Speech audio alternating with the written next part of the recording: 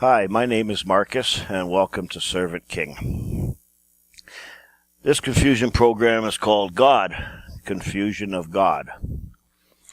Now, this will be a shorter program because we really don't know much about God, unless, of course, we make up stuff, which a lot of people seem to do. You will recall when I first started trying to figure out things, I was having a hard time with words. I was finding that words mean this or that, and in law it would mean something else. I also kept seeing the word God being used in all these legal and constitutional documents and politicians talking about God in their speeches. I see that politicians are making oaths that end with, "So help me God." People in court say, "I will tell the truth, so help me God." Our Queen claims to rule over us by the grace of God. And I'm thinking, what does God have to do with the law? Law is made in the legislature or Congress, the House of Commons or the House of Representatives. Laws are an act of Parliament or an act of Congress. I know for certain that God doesn't live there. That's the people's house. That's not God's house.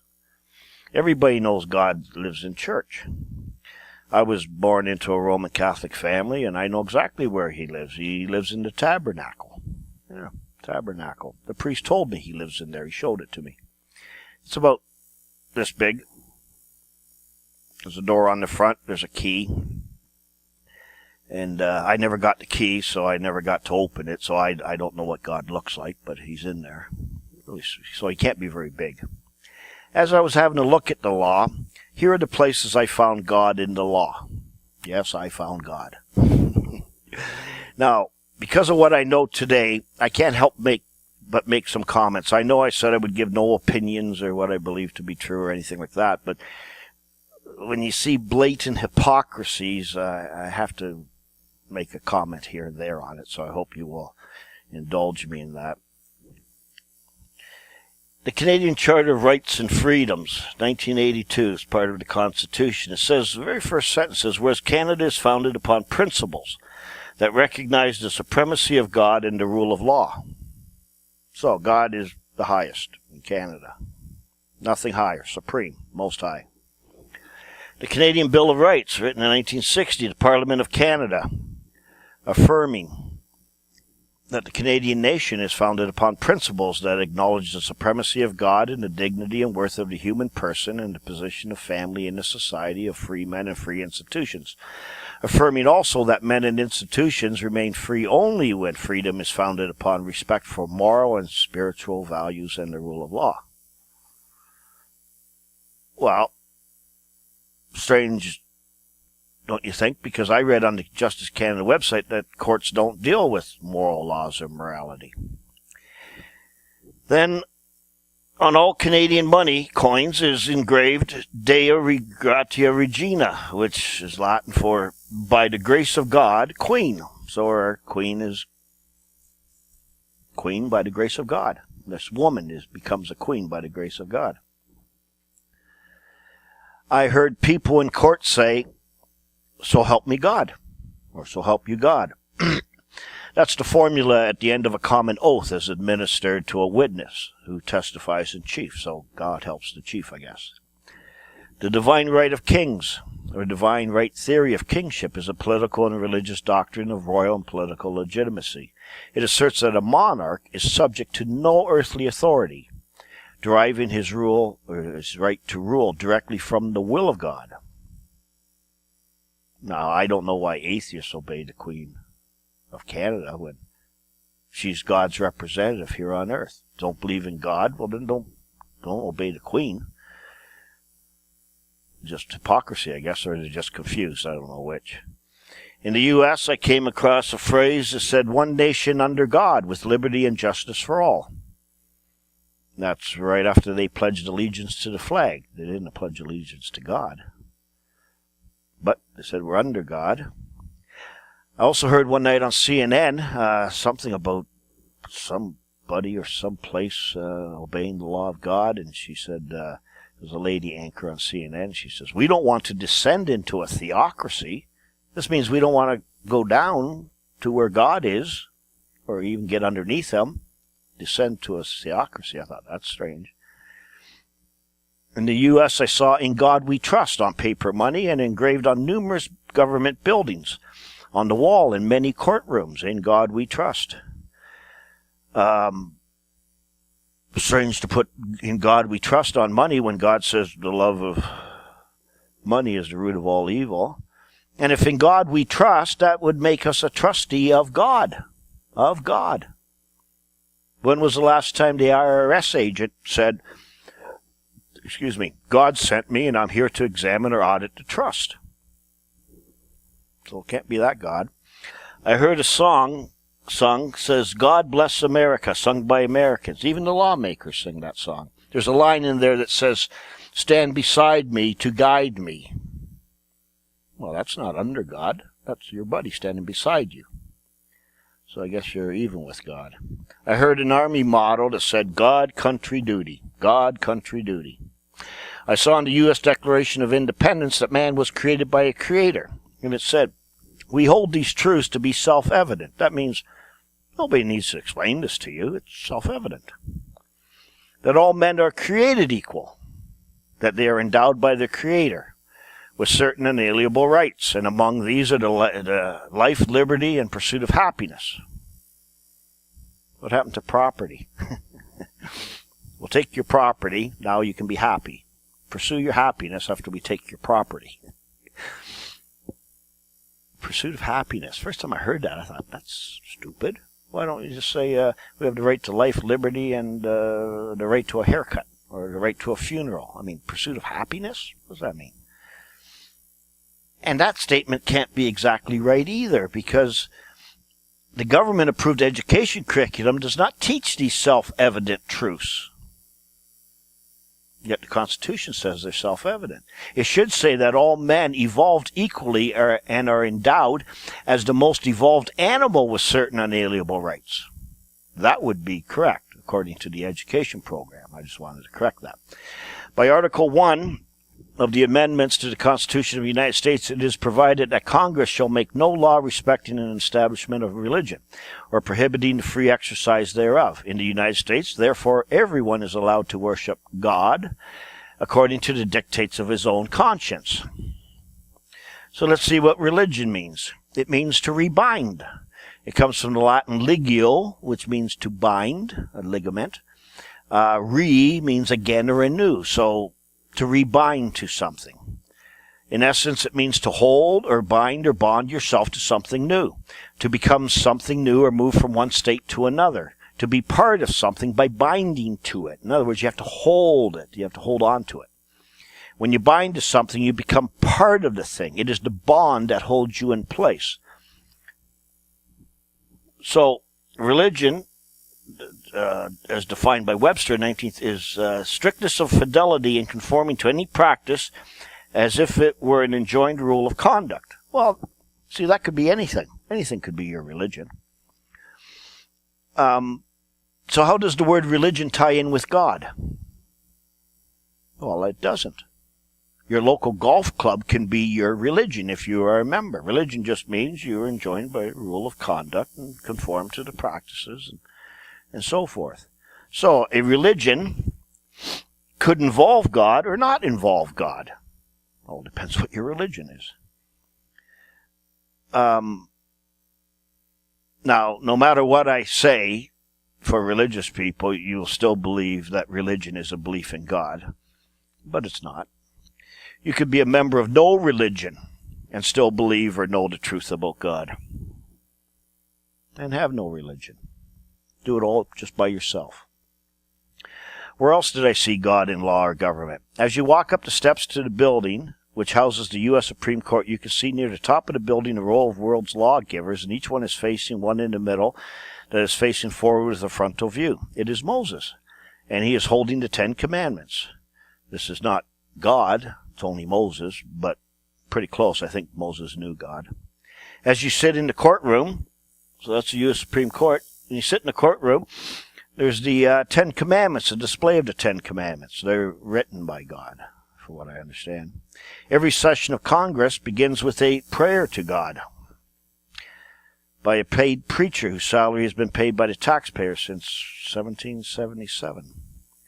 I saw during the Amanda Knox trial in Italy, if you watch that, they had a big crucifix hanging on the wall behind the, I was going to say altar, but whatever, the bench. And I know that's not God, it's only his son, but still pretty close. He was just hanging there dead on the cross.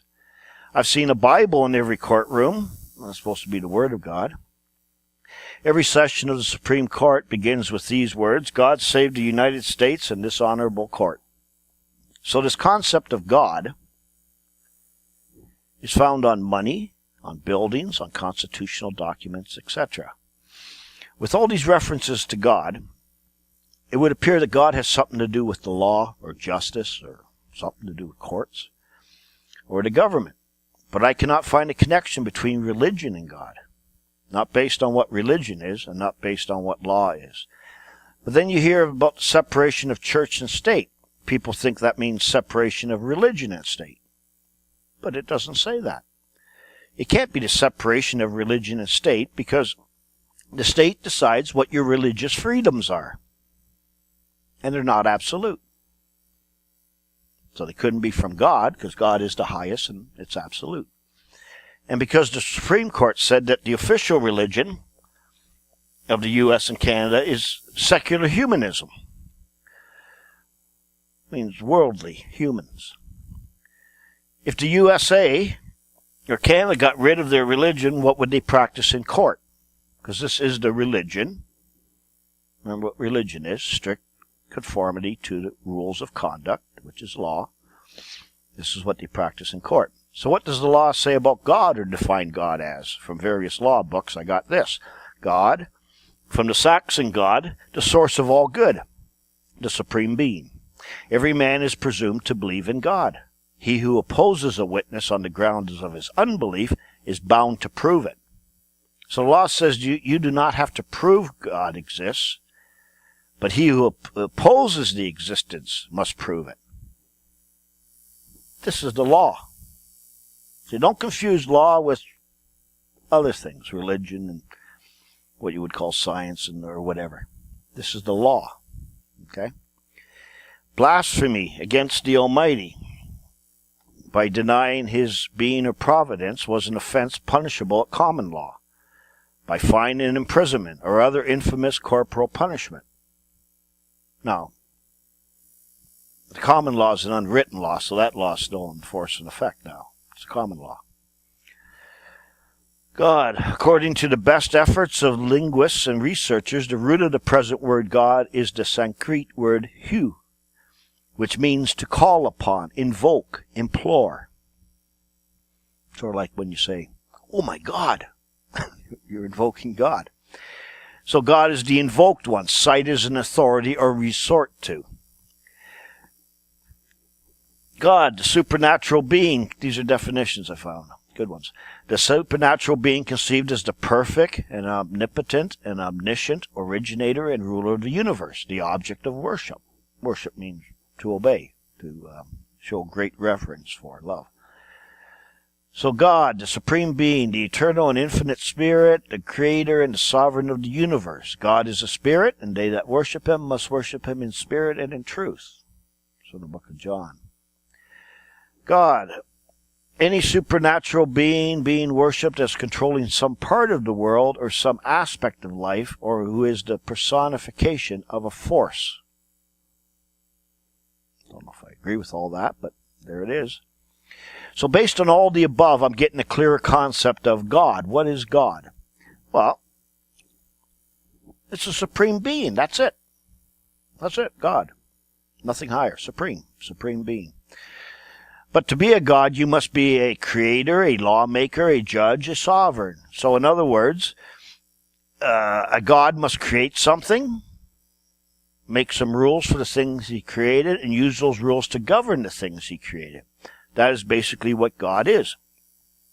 So if you're ever interviewing for a God, so that you can make God be who you want God to be, make sure he has on his resume these things, and maybe even have him create something while he's at the interview.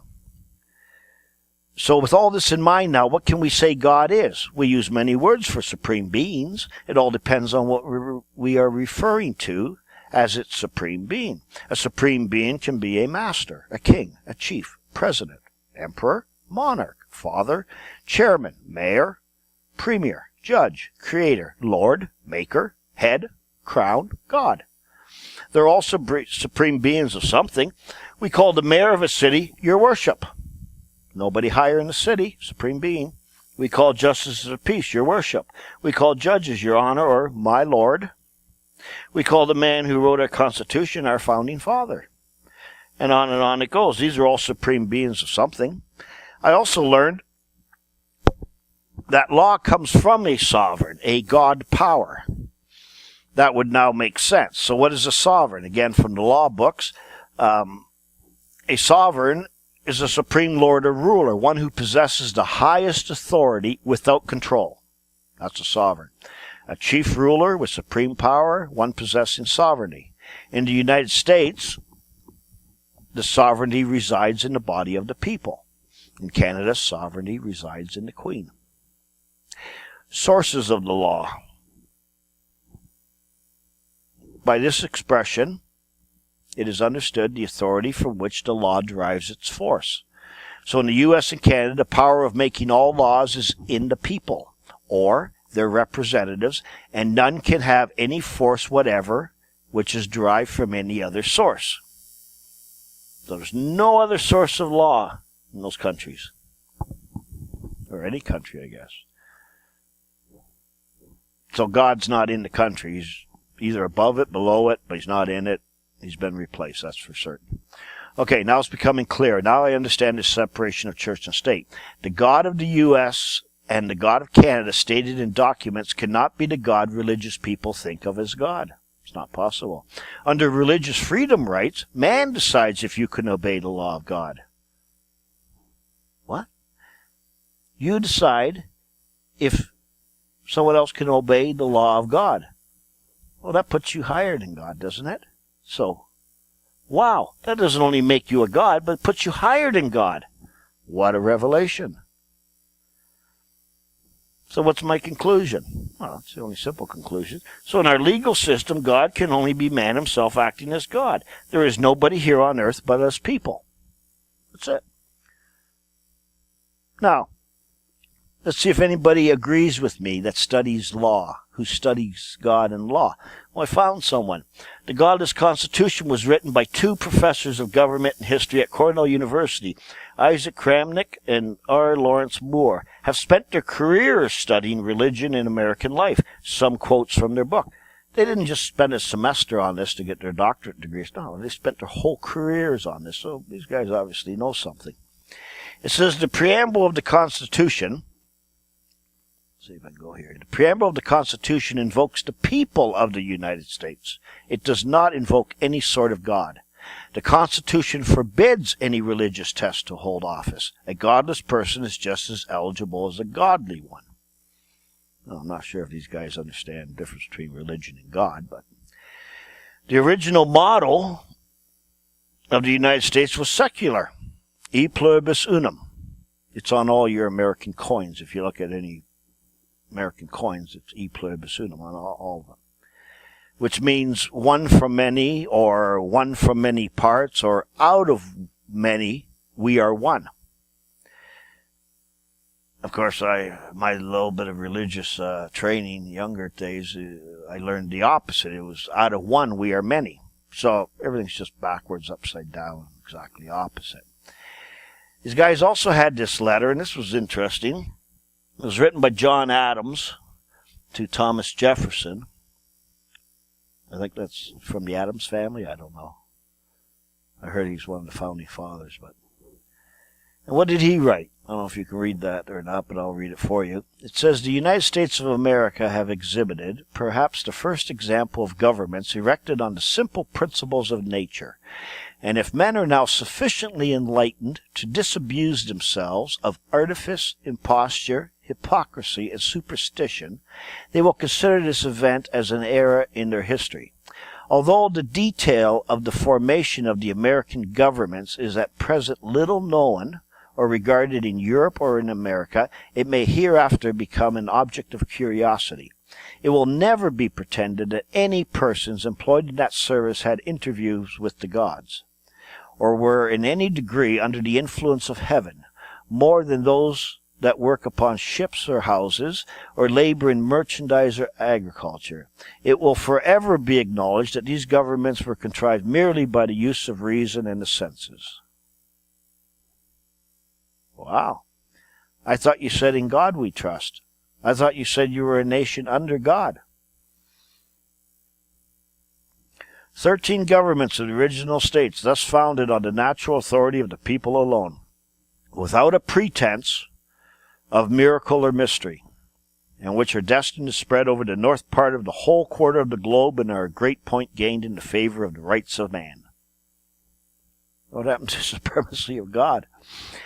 Let us look now at what Canadian law professors from university law schools say about the supremacy of God. These are all quotes. There were so many of them in these articles I couldn't put them all here. I'd be here for a long time. These are all quotes from chief justices of the Supreme Court, of federal courts, provincial courts, courts of appeal, constitutional law scholars, law professors, politicians, scholars in constitutional law. There is no source of thinking or authority on this topic that's any higher. And this one article was called The Embarrassing Preamble, Understanding the Supremacy of God. Now, I'm going to read this as if there is a God. Why? Because the Constitution says there is. Do I know if there's a God? It doesn't matter what I think. The Constitution says there is. And the Constitution is the supreme law of the land. This is the law. So it doesn't matter what I think. It starts off and it says, at the outset of Canada's most venerated human rights document, the Canadian Charter of Rights and Freedoms is a short but profound declaration. Canada is founded upon principles that recognize the supremacy of God and the rule of law. This reference to the supremacy of God and the rule of law, of course, appears in the preamble, the part of the Constitution that the Supreme Court of Canada has called the Grand Entrance Hall to the Castle of the Constitution. Excuse me. Wherein the political theory which the Act embodies is found. Accordingly, the rule of law has played a rather remarkable role in the jurisprudence of the courts, most noticeably the Supreme Court. It has been called a fundamental postulate of our constitutional structure, a notion that comprises indispensable elements of civilized life and a principle with profound constitutional and political significance. In stark contrast, the supremacy of God has suffered a much different fate. As recently noted by Professor Lawrence Sawson, the reference to the supremacy of God in the preamble, hereinafter referred to as the Supremacy of God Clause, has been almost entirely ignored by the Supreme Court of Canada. Further, the few times it has received attention from the courts and academics, it has been consistently marginalized. For Professor Peter Hogg, he's a constitutional law expert, the Supremacy of God Clause provides little assistance in understanding the Constitution. For Professor Dale Gibson, its value is to be seriously doubted. And to others, it is a contradiction, a dead letter stemming from inglorious origins. And to Justice Bertha Wilson, the clause is possibly in conflict with values of a free and democratic society. So, saying that God is supreme is embarrassing, marginalized, should be ignored, is in conflict with the rule of law. Peter W. Hogg said, it's difficult to see what aid can be derived from it. No aid to us. David M. Brown says God and democracy stand opposed to each other. He's saying God opposes democracy. Democracy opposes God. They're opposites. It goes on to say, because they were embarrassed about the implications of its proper interpretation, talking about the Supremacy of God Clause. If somebody actually took the proper interpretation of this, the implications would be embarrassing. It goes on. An embarrassment to be ignored. Ought to be removed. The Supremacy of God clause has received a silent treatment both from academics and the courts, in particular the Supreme Court of Canada. The Supremacy of God clause has been moved to the sidelines of constitutional adjudication, especially holding that it was of no legal import as either an independent source of law or an interpretive aid. No use. Not even as a guidance thing. Law of God, forget it. Nothing to do with anything.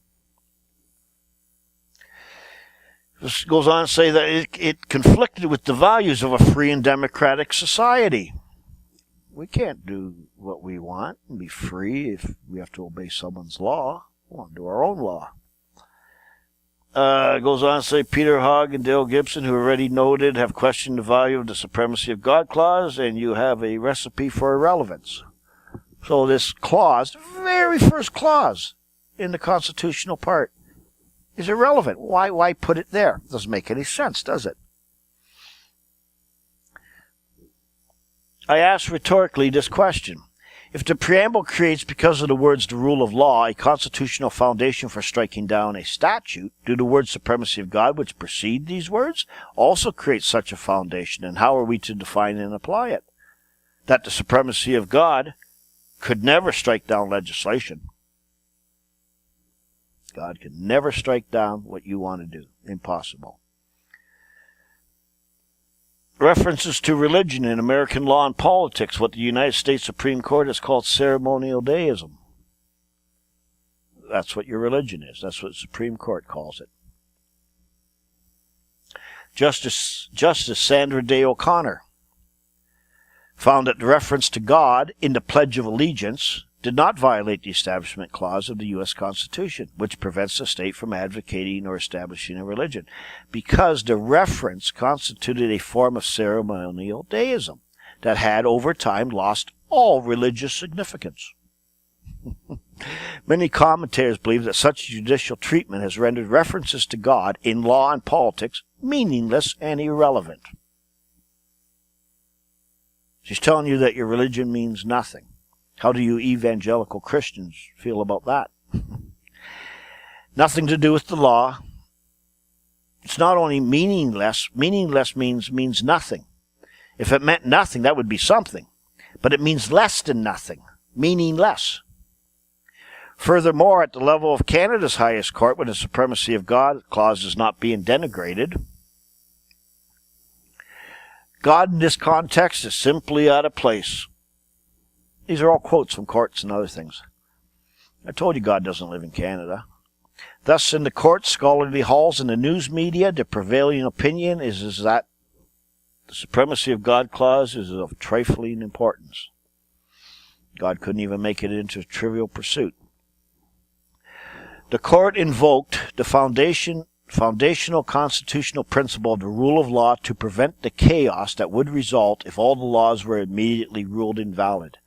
If the preamble to Canada's constitutional text has such a remarkable significance when the rule of law is at issue, at least some significance cannot, without further justification, be denied when the supremacy of God is being construed.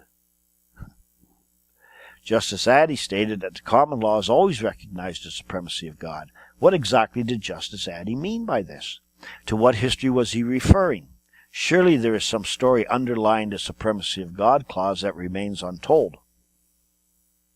That's right. I think I might tell it.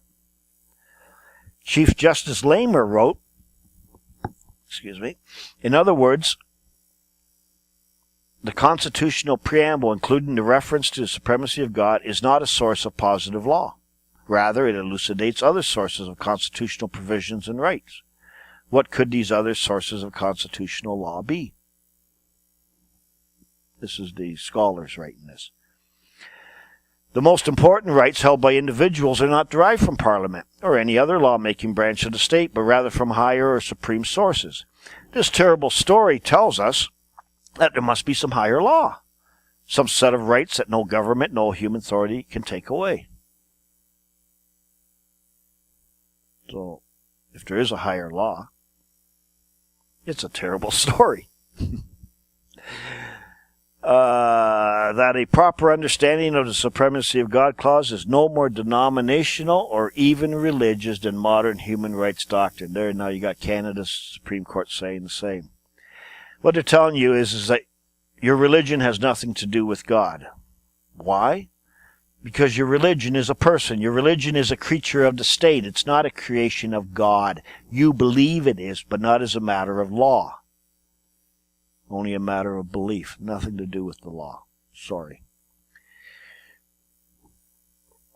Now, here in Canada, when these clauses were put in there, it says, given this assumption about Trudeau's politics, that was the Prime Minister of Canada, Egerton resolved the puzzle by concluding that the inclusion of the supremacy of God clause was not principled, but rather a political calculation by Trudeau to garner support for the Charter. The House of Commons, on February 17, 1981, on his amendment to add a reference to supremacy of God in the Charter, Epps stated, this was a guy named Jake Epps, a member of Parliament, what does the Charter do? Where does it start from? This Charter starts from the premise that the government will grant us rights. This is where the Charter starts, and this is where the Charter is wrong. My rights, our rights in this House, the rights of Canadians, are not granted by any government.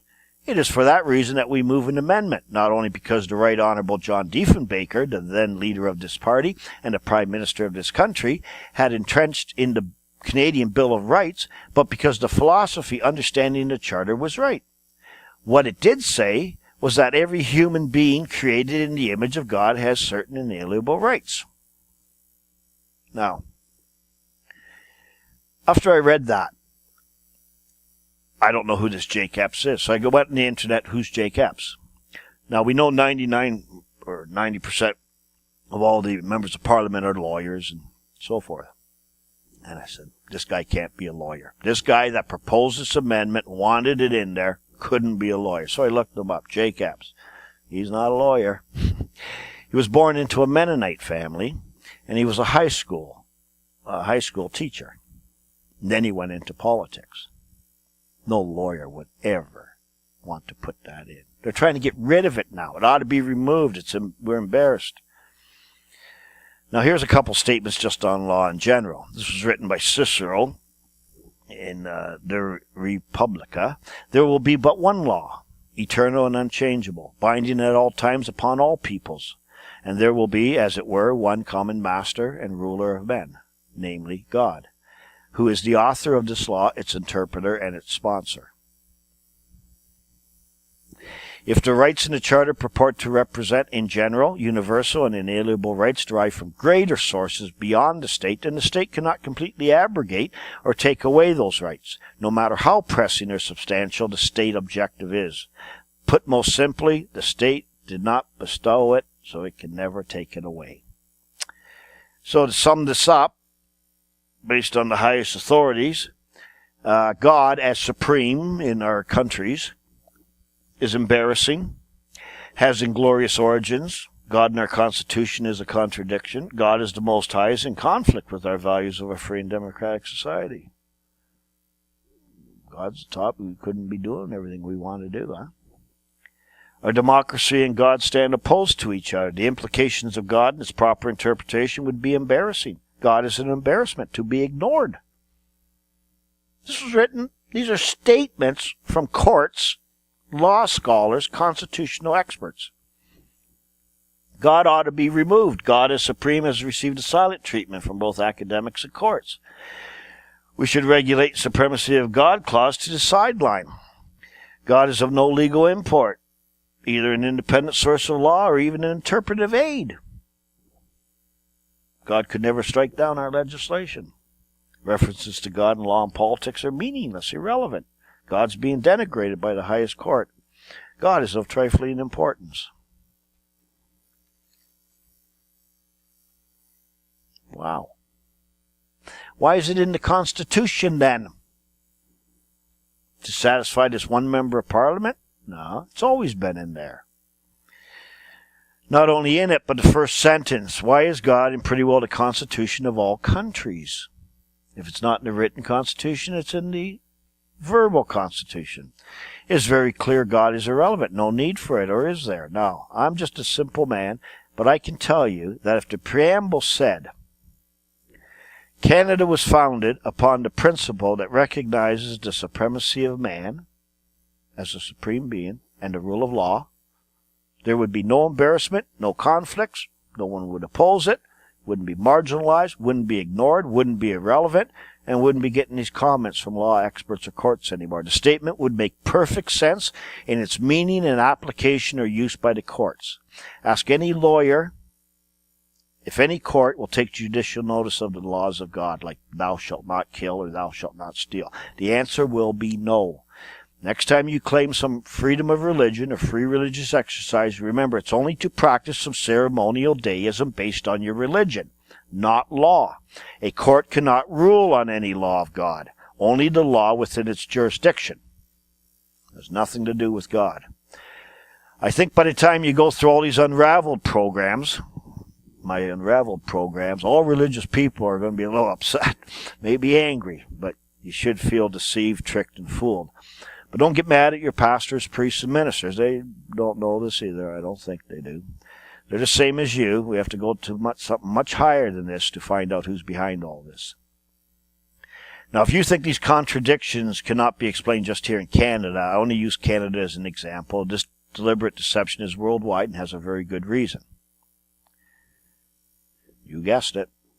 To pull off the greatest swindle ever. You own nothing. Its whole purpose is to steal. Stealing. It's all it's about. Not about money.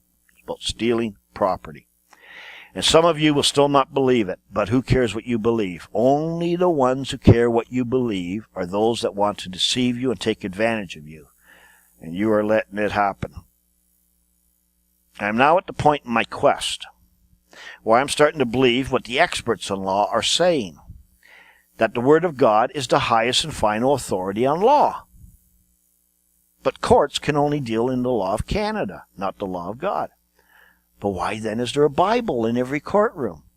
Nobody uses that law. Nobody opens it up to quote it as an authority. They have their own books of authority, this act, that act, and so forth. But they swear on it. They swear on the Bible. So I did some more research. Always best to go back in history to the source of things, to find things. I find out, I was raised Catholic, I find out that Catholics killed millions of people if they had the Bible or tried to read it. Yeah, millions, called the Inquisition. Not only kill them, but kill them in the cruelest way possible. Why would anyone kill someone over a book? So, using my brain again, I'm thinking, what's the big deal? It's just a book. God is supposed to be good and holy and loves us. Makes you wonder. Then I learned the Roman Catholic Church declared it a sin, which means breaking the law, as late as 1962 to read the Bible. Wow. Then I had to look at the Queen of Canada and her coronation. I got every word that was said during her coronation. God is invoked all through it. Well, it must be because she claims she has a right from God. Maybe he sent her a note or something, or an apparition, I don't know. At the end, she is given the Bible, which is just called the book, and is told, this is the most valuable thing this world affords. Well, wow, again. She has one-third of the whole world. She has control of one-third of the whole world, or a quarter, whatever she has now. And this book she was given is the most valuable thing this world affords. More than all the big yachts and countries and skyscrapers and gold mines and whatever. This is the most valuable thing the world affords. She was given it. So, using my brain again, I got me the book. They're all over the place now, but nobody ever reads it. Again, I wonder why. I read what is called the Ten Commandments. A lot of people have heard of that. Now, being a Roman Catholic, I sort of knew them, not really. But there was one I'd never heard of, and it was number 2 in the top 10 list. So I go on the internet and I look up the Catholic 10 Commandments. Sure enough, number 2's not there. It's in the book, but it's not in the Catholic 10 Commandments. So, instead what they did was they deleted the second commandment. They took the 10th commandment, divided it into 2 to make it 9 and 10. So, hey, look, we have 10 commandments still. But number 2 was gone. So, using my brain again, could this be a typing error? Or why was it deleted? I mean, 1/3 of the world is Catholic or something. So putting this all together, I have millions of people being killed in the worst way possible, being told for centuries it's a sin to read it. It is the most valuable thing that the Queen has. And the second commandment is deleted on purpose. So, this second commandment must be really important. Maybe I should find out what it's all about. Remember, I'm on a quest. I'm not sure where I'm headed. All I do is I take what is true and put it in one column, and what is believed or opinion and put it in another column. I stop listening to everyone and start thinking for myself. This is the point where the real blessing in disguise began for me. Do you remember, in the introduction video, I told you that much has been done so that you will not find the answer. And I said that if you do find it, much has been done to be sure you will reject it. Well, we're at that point. Remember when I said, what does God have to do with the law? I'm over 50 years old, and I never read it. I only knew one guy who'd read it, and he was a peculiar man. So first, someone wanted to be sure you do not know what is in this book. They used to kill you for that. Then it's translated into Latin, and the priests will tell you what is in it. Then the book finally gets printed and distributed. Something has happened that ensures nobody even wants to read it. And then something happened that even if you do read it, you won't understand it.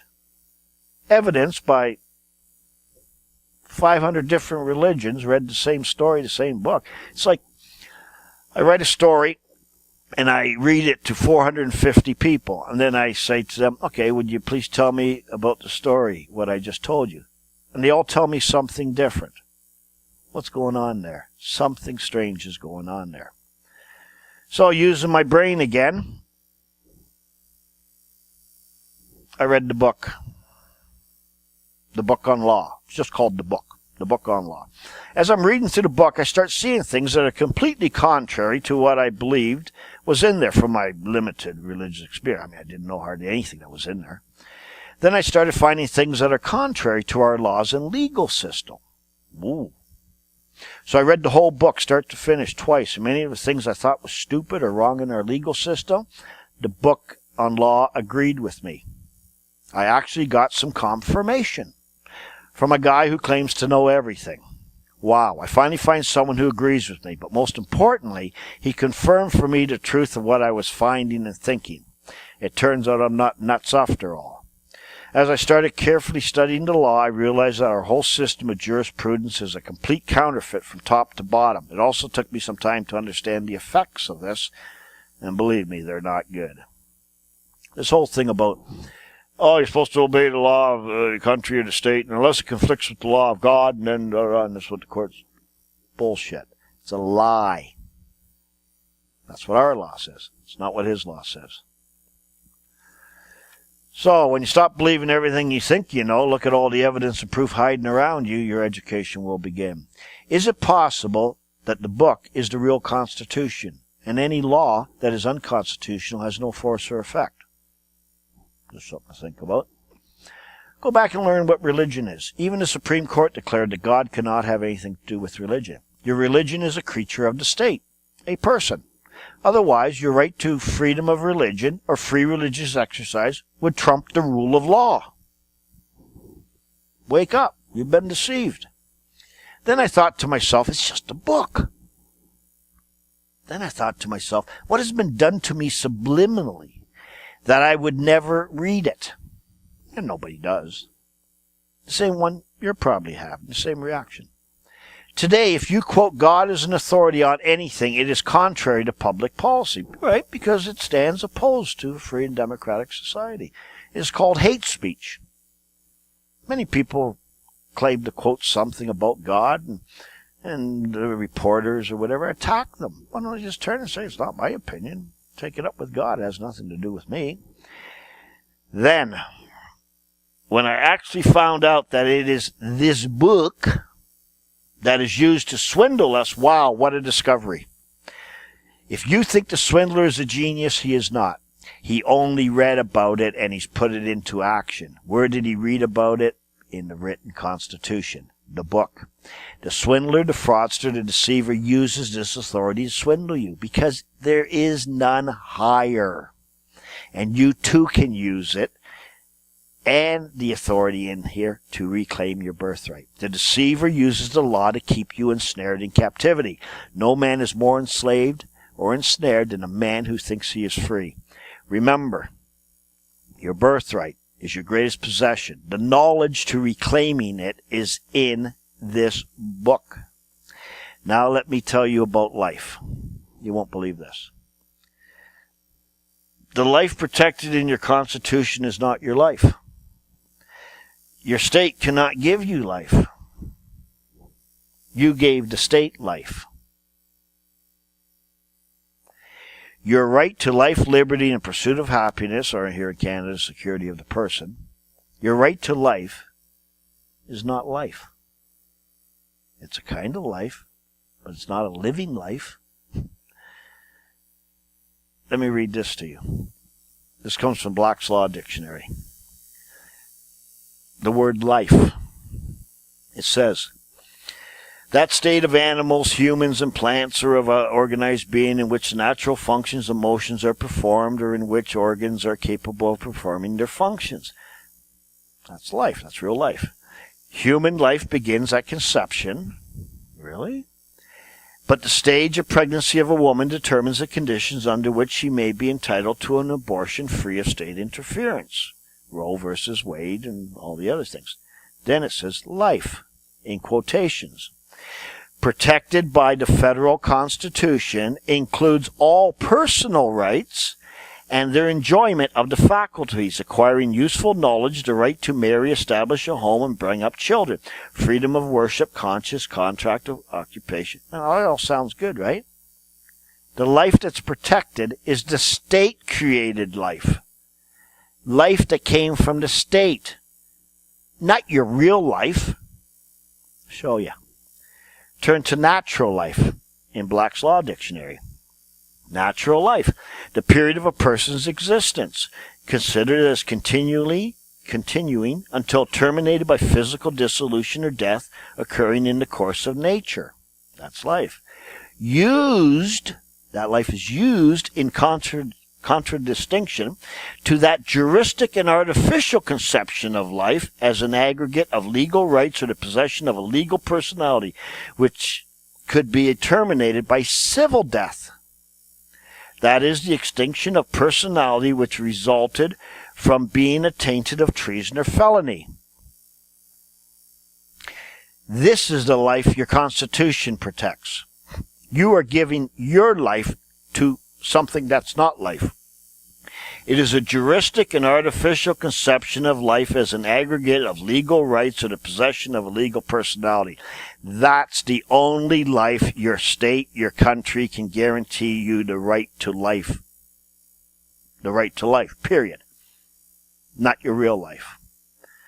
So, you people opposed to abortions, hope you heard that carefully. People on death row should listen to this also. But it's your conviction. What are you going to do about it? The conception of life that you anti-abortionists are trying to protect is not the conception of life your Supreme Court is ruling on.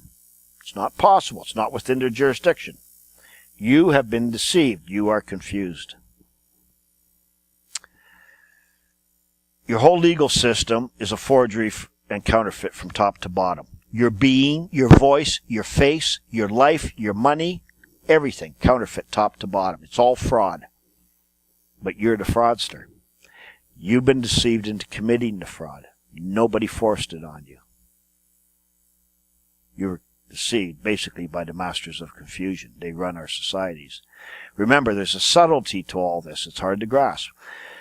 Now, I'm going to end the confusion videos with these statements. Just a couple statements here. You live in the constitution of all that there is.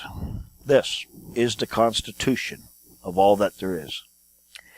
This book is not the Constitution. No. What you live in is the Constitution. This book is merely the written constitution of all that there is. There is no more creation. That's it. It's finished. Of all that there is. Man is a constituent member of the Constitution. Not by choice or by free will, but by conception of life. There is nothing you can do about it. You are a constituent member. Except be deceived. That's what you can do about it. Excuse me. You have no hope of understanding the Constitution until you can grasp the conception of life and death.